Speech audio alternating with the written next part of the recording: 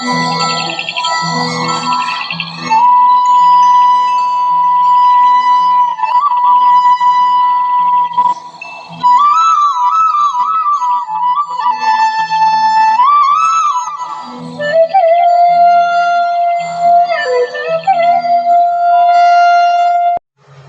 आपण बनवणार आहोत बांगडा फ्राय। आपण आता हे बांगड्याला साफ करून घेऊ। बांगडा फ्रायसाठी बांगडा कसा कापायचा तो तुम्ही बघून घ्या आणि साफ पण कसा करायचा तो बघून घ्या।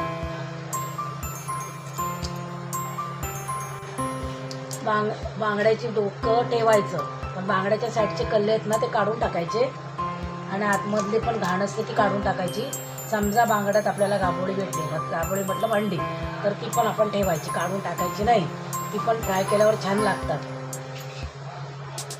अशा प्रकारे हे बांगडे आपण साफ करून घेऊया।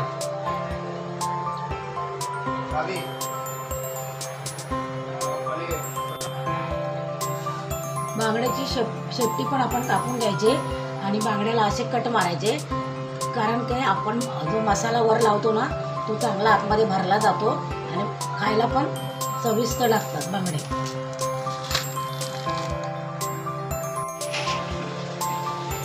बांगडे कापून आपण आता स्वच्छ धुवून घेतलेत। आपण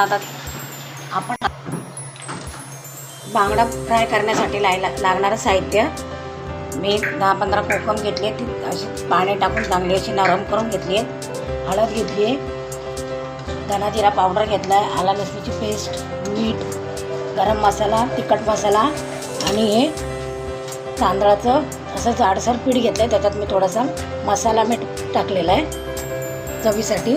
आता आपण प्रथम आला लसणाची पेस्ट लावून घेऊया, चवीप्रमाणे मीठ टाकू आणि हे एकदम नरम करून घेतलंय कोकम। त्यातलं असं जी ग्रेव्ही निघाली आहे ना ती आपण अशी बांगड्यांना अशी लावून घेऊया।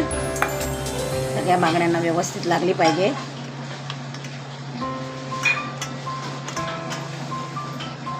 असं हे लावून झालं, 2 मिनटं आपण ठेवू लावून। आपण असं ते व्यवस्थित हे आला लसूणची पेस्ट, मीठ आणि कोकम आपण असं व्यवस्थित लावून घेऊ, कारण मच्छी आंबट तिखट अशी झाली पाहिजे तर ती मच्छी छान लागते, हिवस लागत नाही। फ्राय करताना आपण असा हिवस असा वास येत नाही त्याला। आपण आता त्यात टाकू हळद,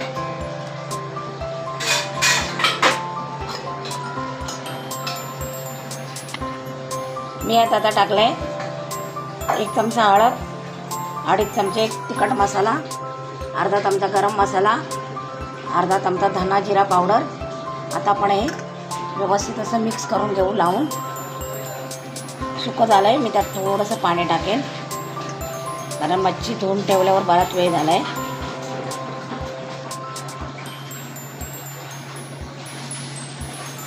सगळ्या बांगड्या असं मच्छीला व्यवस्थित लावून घ्यायचं, हे असं चिकटलं पाहिजे त्याला।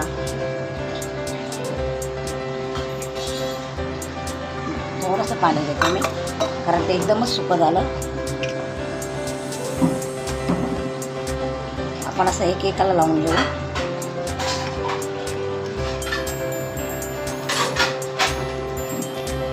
बांगड्याचं वरचं आवरण पण ते खूप छान लागतं, हा मसाला खूप छान लागतो।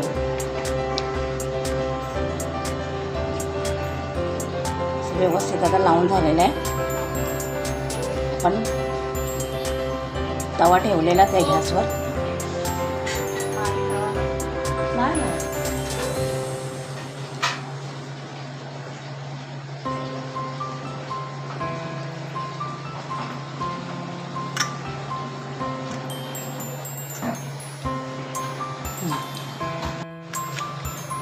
व्यवस्थित लावून घेतलंय, तेल गरम करत ठेवलंय, तोपर्यंत आपण यांना असं पीठ लावून घेऊ।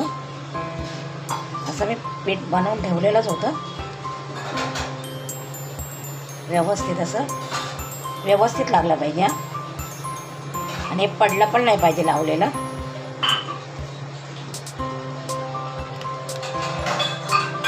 असं एक एक करून आपण ठेवून घेऊ।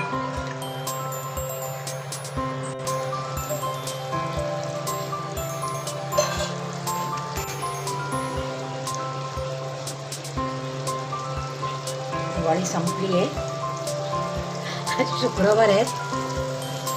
मस्तपैकी असं तुम्हाला मी बांगडा फ्रायची रेसिपी दाखवते, तुम्ही पण करून बघा. छानसा असा एकदम मसाला बांगड्याला लागलेला आहे, तो तुम्ही बघू शकता. असा मसाला लागला पाहिजे बांगड्याला.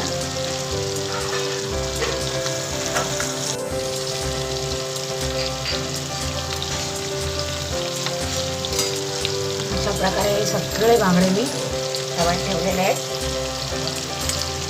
आता ते थोड्याशा मंद गॅसवर आपण करून घेऊ, नंतर परतू, नाही तर ते कुस्करतील लगेचच्या लगेच परतले तर. एक बाजूला चांगल्या प्रकारे फ्राय झालेले आहेत. आपण आता ते असे एक एक करून परतून घेऊ. किती व्यवस्थित बघा, छान असे फ्राय झाले आहेत. कधी पण परतताना अशी बांगड्याची डोकी पकडायची आणि ते परतायचे. आपण आता एकदम मंद गॅस करून थोडंसं तेल टाकू फ्रायसाठी.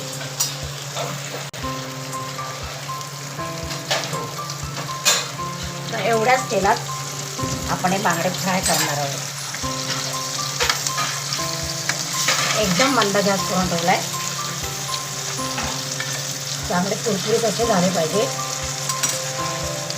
अशा प्रकारे आपला हे बांगडा फ्राय तयार झालेला आहे. आता आपण अशा प्रकारे एक एक करून काढून घेऊ.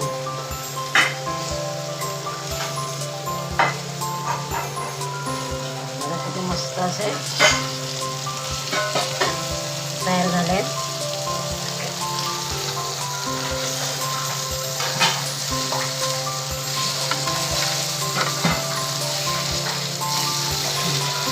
बाकी आपण आता परत फ्राय करायला ठेवू. अशा प्रकारे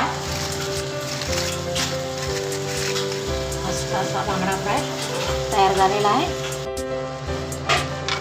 बांगडा उचलताना घाई करायची नाही.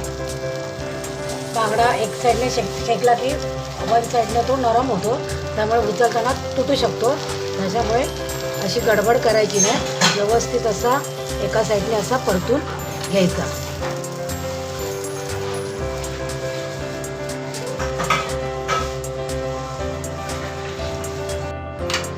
बांगडा फ्राय आपला तयार झालेला आहे.